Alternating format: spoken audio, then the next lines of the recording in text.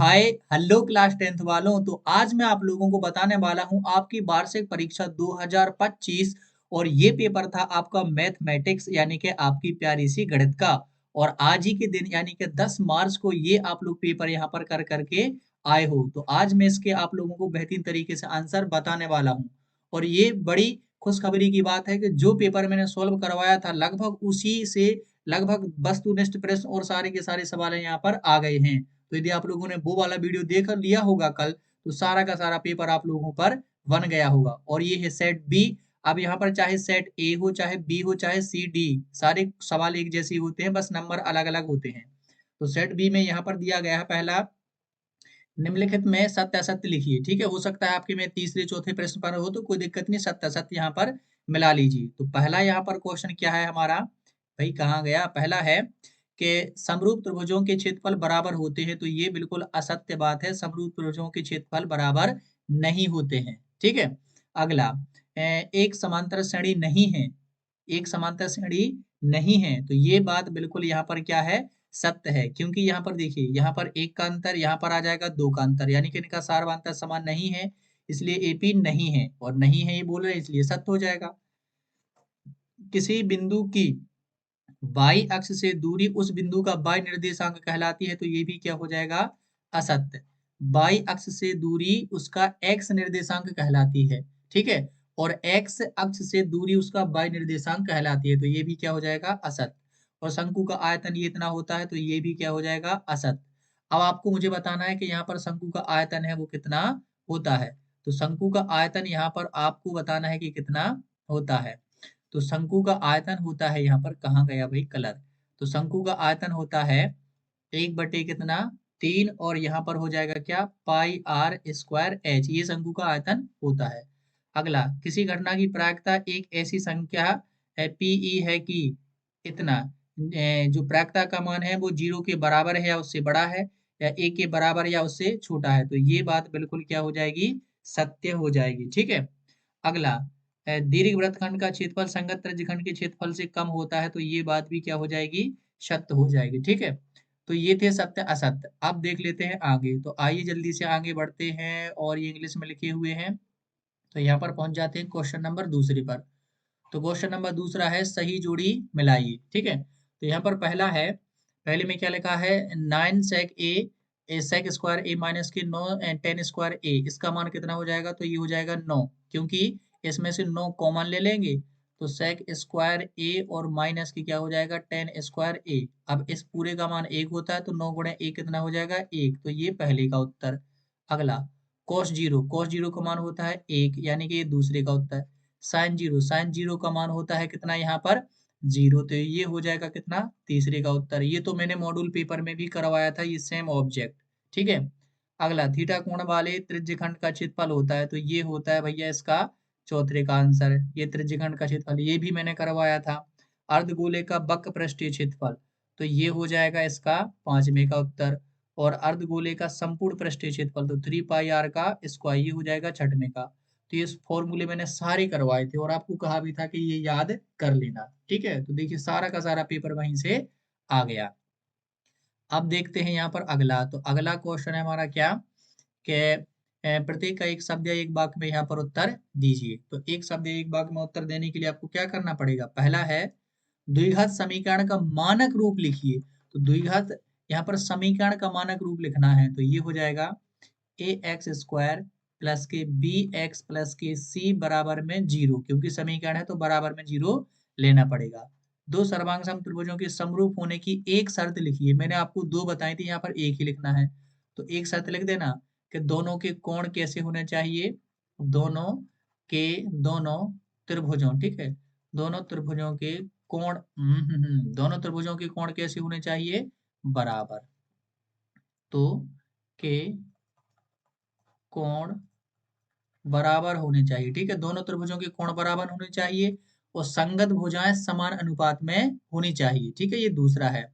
तो एक कोई एक लिखना था। तो दोनों त्रिभुजों के कोण बराबर होने चाहिए, और दूसरी है दोनों त्रिभुजों की संगत भुजाएं समान अनुपात में होनी चाहिए।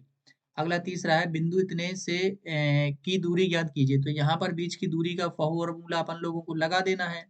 तो इसमें लगा देंगे तो क्या हो जाएगा, अंडर रूट में एक्स वन का स्क्वायर और माइनस जीरो हो जाएगा।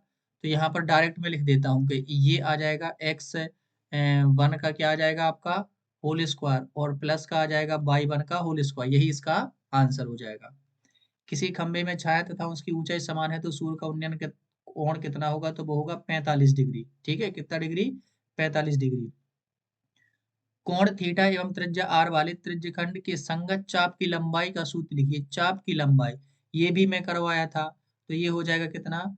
थीटा बटे में 360 और इंटू में हो जाएगा 2 पाई आर। ठीक है, अब ये इससे इसको काट के भी मैंने बताया था, ये लिख दीजिए, या थीटा बटे 180 भी लिख सकते हैं और यहाँ पर पाई आर आ जाएगा। अगला, इतने का वर्ग चिन्ह है तो मध्य बिंदु निकालिए। मध्य बिंदु निकालने के लिए क्या करेंगे? इन दोनों को जोड़ देंगे और 2 का भाग दे देंगे, तो आ जाएगा कितना? 30। ठीक, तो ये हो गया तीसरे के उत्तर। आइए देख लेते हैं आगे। यहाँ पर क्या है, सही विकल्प चुनकर लिखिए। तो पहला है संख्याओं 6 और 20 का एचसीएफ निकालिए। तो 6 को लिख सकते हैं 2 गुणे कितना? 3, और 20 को लिख सकते हैं 2 गुणे कितना? और 2 गुणे 5। तो इन दोनों में कॉमन क्या है? 2, यानी कि इसका एचसीएफ क्या हो जाएगा? यहाँ पर 2। ये भी मैंने करके बताया था। तो पूरा का पूरा पेपर आया है भाई साहब, बिल्कुल सिंपल। दूसरा, ये सारे के सारे बराबर दिए गए हैं, तो ये भी मैंने आपको बताया था कि एक ना एक आपको मिलेगा।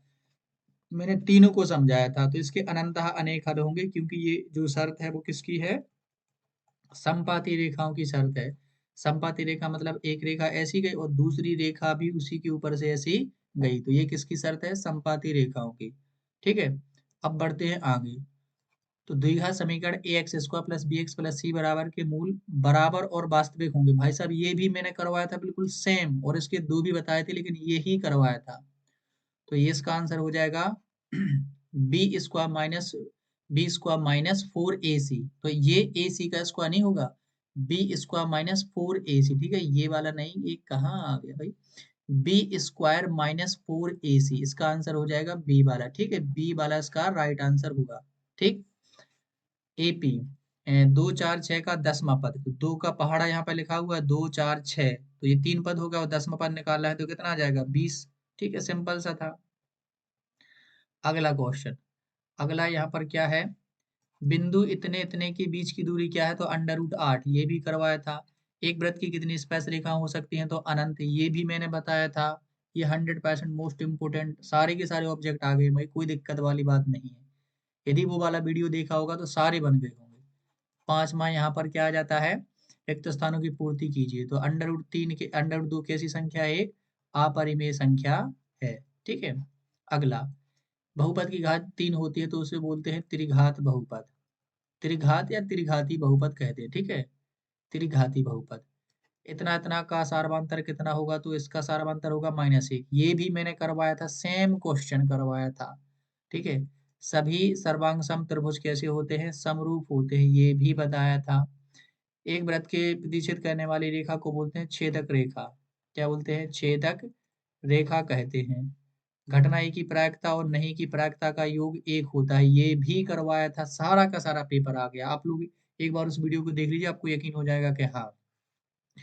अगला क्वेश्चन है यहाँ पर, बाई एक्स पर ऐसा बिंदु ज्ञात कीजिए जो इतने इतने बिंदु से दूरी दूरी पर स्थित है, यानी कि समदूरस्थ है।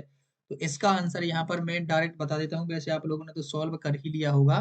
तो इसका आंसर यदि आप लोगों ने निकाला है 09, तो वो आपका क्या हो जाएगा? Right answer.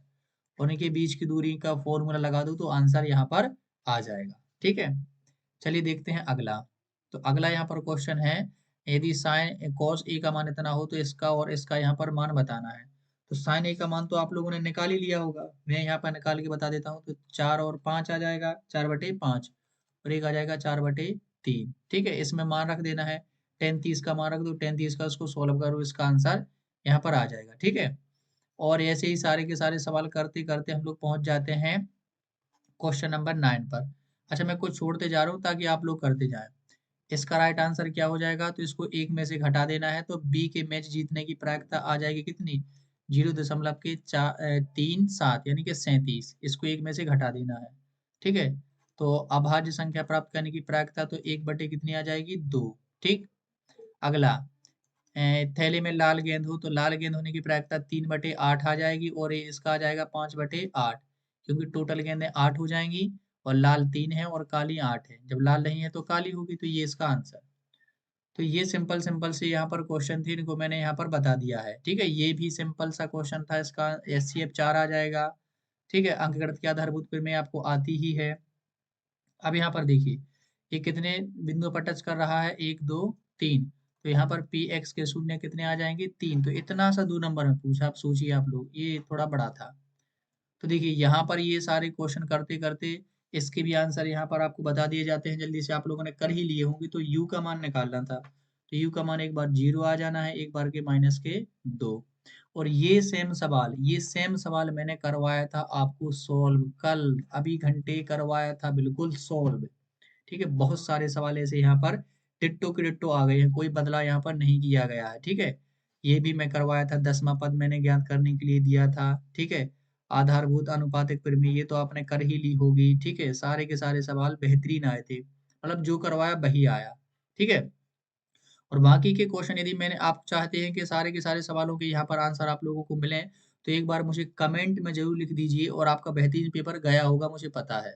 ठीक है, तो कोई दिक्कत वाली बात है नहीं है। चलिए, मैं मिलता हूँ आप लोगों को नेक्स्ट वीडियो में, तब तक के लिए पढ़ते रहिए। और हाँ, पूरे सॉल्यूशन चाहते हैं तो कमेंट में जरूर बताइए।